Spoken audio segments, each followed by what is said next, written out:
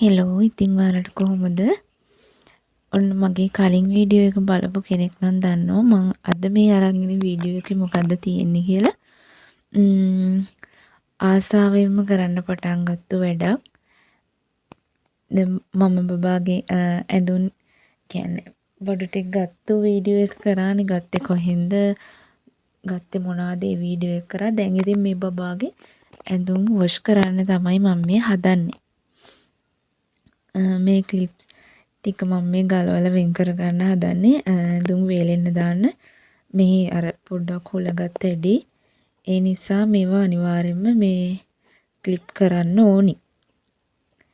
අද දවස නම් ටිකක් වැහිත් තියෙනවා මේ දවස්වල. ඒත් අපි දැන් මේව වොෂ් කරලා ලෑස්ති කරගන්න ඉපේ. ඒ හින්දා ටික ටික තමයි මම මේ වොෂ් කරේ. දවස් 2ක් 3ක් විතර ගියා සේරම වොෂ් කරලා ඉවරලා මට හදා ගන්න. එතකොට දවස් 2 3ක වීඩියෝ ක්ලිප්ස් ටිකක් තමයි මම අද ඔයාලත් එක්ක ෂෙයා කරගන්න හිතුවේ.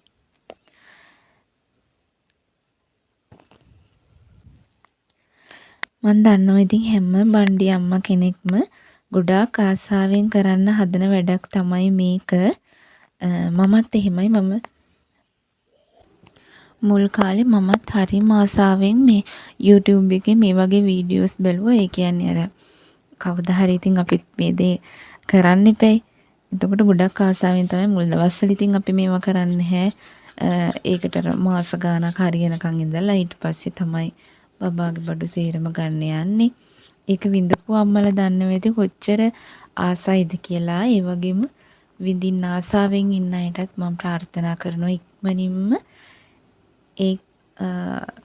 ඒ අත්දැකීම, ඒ සුන්දර අත්දැකීම විඳින්න ලැබෙන්න කියලා. ඉතින් මම මේ කරන්නේ මේ බබාගේ නැපි ටිකක් තියෙනවා තව ඩබල් නැපි. ඒ වගේම අර ගතූල් කිට් ඒවා සෝදලා දාන්න තමයි මම මේ හදන්නේ. කියන්න ඕනේ මගේ මුල්ම ඉස්සෙල්ලාම නැපිස් ටිකක් අපේ අම්මා තමයි වොෂ් කරේ. ඊට පස්සේ සේරම මම තමයි තනියෙන් ටික ටික අරගෙන මේ වොෂ් කරේ. ඒක මාරම ෆීලින් එකක්. ඒක කියන්න තේරෙන්නේ. ඒක හරි අර අපි සාමාන්‍යයෙන් අතේ මේ වොෂ් කරන්න ටිකක් කම්මැලිනේ. ඒ වුණාට බබාලගේ ඒවා වොෂින් මැෂින් දාන්නත් බෑ. ඒ වුණාට මේ වගේ දේවල් කරද්දි මාරම ආසයි. අමාරුවක් දැනෙන්නෙත් නැහැ. ඉතින් මම මේ හදන්නේ මේ ඒ ටික වොෂ් කරන්න. මං ඒකටම කියලා වෙනමම බේසමක් ගත්තා. බබාගේ රෙදි විතරක් වොෂ් කරන්න. ඒක හොඳයි කියලා මට හිතුණා ගෙදර තියෙන ඒවා පාවිච්චි කරනවට වඩා. මම සේරම මේ බබාගේ රෙදි වොෂ් කරේ අර බේබි වොෂ් එකෙන්. සබන් ගෑවේ නෑ. මට හිතුණා ඒක සේෆ් කියලා. මේ මගේ බෙඩ් ජැකට් මුල් දවස්වල ඒ කියන්නේ බබාගේව ගන්න කලින් මම මගේව ලෑස්ති කරගත්තා. අපිට කියනවනේ ඒවා ලෑස්ති කරලා තියාගන්න කියලා අපේ ඒවා. ඒ නිසා ඒවා ඉතින් වොෂ් කරලා තියාගත්තා. ඒවට නම් මම දැම්මේ බේබි සබන්. බබාගේ ඒවට නම් සේරටම මේ බේබි වොෂ් එක තමයි දැම්මේ. මේ මම ගත්තු මේකට කියන්නේ අපි පැනල් කිට් කියලා. පැනල් කිට් මම ගත්තේ සයිසස් 2කින්. ඒ කියන්නේ අපිට කිව්වා චූටිම එකක් තියෙනවා. ඒක පෙලක් වෙලාට බබාට අඳන්න බෑ මදි කියලා. අපි දන්නේ නැහැ ඉතින් එයාගේ සයිස් එක. ඒ නිසා මං සයිස් 2කින් ගත්තා. ඒකෙත් අර පෙලක් මේ එකම තැනින් ගත්තත් පෙලක් පැනල් කිට් තියෙනවා. ඒව නිකන් මේ හරියට මේ ෆිනිෂින් එකක් නෑ වගේ. එහෙම එකකුත් මෙතන තිබුණා. ඒත් ඉතින් ඕක ඉතින් චූටිම දවස්වල විතරයිනේ. ඒක කොහොමත් මේ පොඩිම එකක්. එතකොට චූටිම දවස්වල විතරයිනේ ඉතින් මේ බබාට පාවිච්චි කරන්නේ.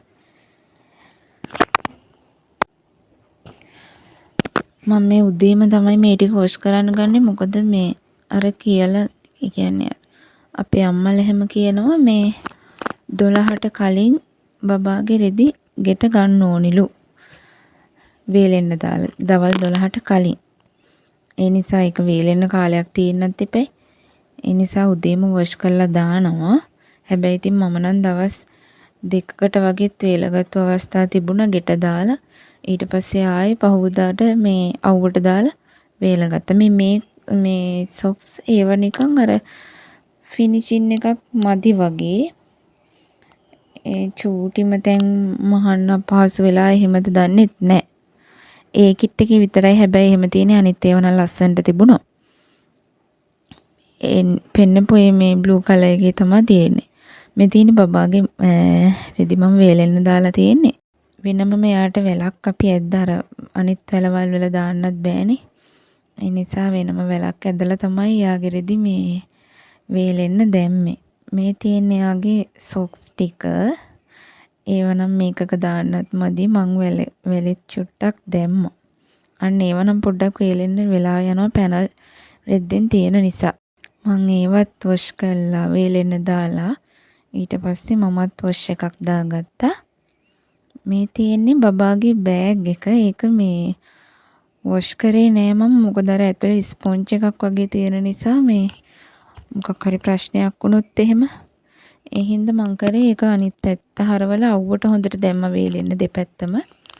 එහෙම වේලලා තමයි මං ඒක අරන් තියාගත්තේ. තාම බෑග් එක මං ලෑස්ති කරේ නෑ. මොකද තව බෑග් එකක් ගන්න ඕනි මටත් මගේ ටික දාගන්න. මේ තියෙන බබාගේ රෙදි අයන් කරන ගමන් මේකත් ඉතින් ගොඩාක් ආසාවෙන් තමයි කරේ.